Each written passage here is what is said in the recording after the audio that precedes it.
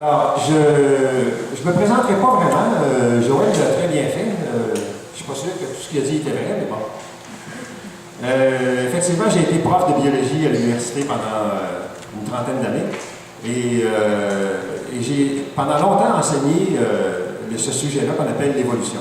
Alors, ce que j'aimerais faire, c'est de vous présenter ce que ça veut dire, l'évolution. C'est une très courte introduction, de moins d'1 million d'années, ça c'est sûr.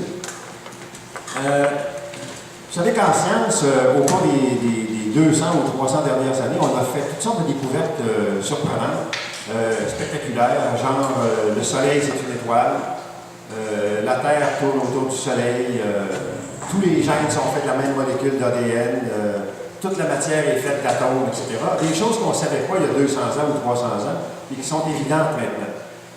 Dans ces choses-là qui sont évidentes qu'on a découvertes, il y a l'évolution. On est sûr maintenant que la vie sur notre planète et les espèces sur notre planète ont eu une évolution, ont eu une histoire. Quand on dit que l'évolution c'est vrai, qu'est-ce que ça veut dire? Il y a un monsieur qui s'appelle Charles Darwin qui, il y a 150 ans, a défini ce que c'était que l'évolution. Et il l'a défini à partir d'un petit dessin. Dans un de ses écrits, dans son journal personnel, où il griffonnait des idées, en 1837, il avait 28 ans, il a fait un petit dessin un jour. Et ce petit dessin-là, ça représente l'essentiel de ce qu'est l'évolution. Ça représente 3 des théories importantes qu'il a inventées. Et là, je vais vous reproduire une copie de ce dessin-là qui vous montre ce que c'est que l'évolution. Ça représente 3 choses différentes qui sont liées et qui constituent un ensemble. Vous allez voir, je pense que vous allez suivre ce que je vais vous raconter. Bon, la partie la plus difficile de ce que je vais vous présenter, c'est de comprendre comment on fait pour lire un graphique comme celui-là.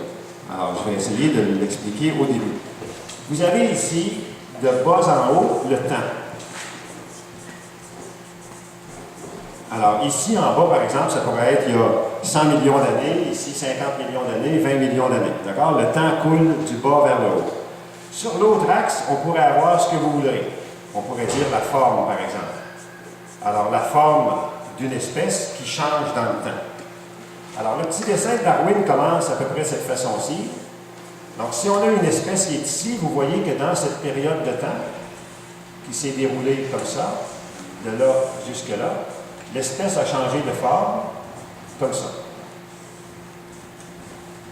D'accord? Ça, c'était la partie difficile de mon dessin. Si vous avez compris ça, vous allez suivre le reste. OK, alors ce que Darwin nous dit qu'est l'évolution, c'est la chose suivante. Je ne suis pas très bon en dessin, mais vous allez comprendre malgré tout.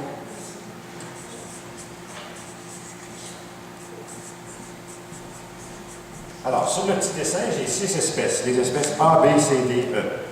Et ce que l'évolution nous dit, quand on dit que l'évolution c'est un fait de la nature, c'est un fait réel, ça nous dit d'abord que les espèces changent dans le temps. Comme on l'a vu tantôt, quelqu'un l'a très bien dit, à mesure que le milieu change, les espèces s'adaptent à leur milieu, les espèces se transforment. Donc, à mesure que le temps coule, la forme des espèces change. Ça, c'est la première chose. La deuxième chose importante, c'est que toutes les espèces ont des ancêtres. Les ancêtres, dans ce dessin-là, sont représentés par ces points-là. Alors, toutes les espèces ont des ancêtres dans le passé. De la même façon que dans une espèce, tous les individus ont des parents, mais toutes les espèces ont des ancêtres. Donc, toutes les espèces ont comme origine une autre espèce qui s'est transformée et qui est devenue la nouvelle espèce. Donc, toutes les espèces ont des ancêtres. Et la troisième chose, c'est que toutes les espèces sont parentes entre elles. Alors ça, c'est le thème de la présentation d'aujourd'hui.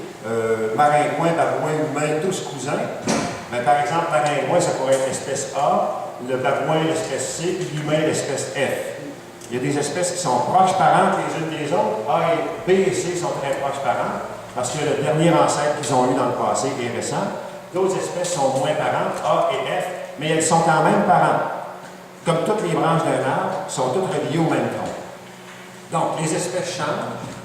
Les espèces ont toutes des ancêtres et toutes les espèces sont parentes entre elles. Ça, c'est ça l'évolution.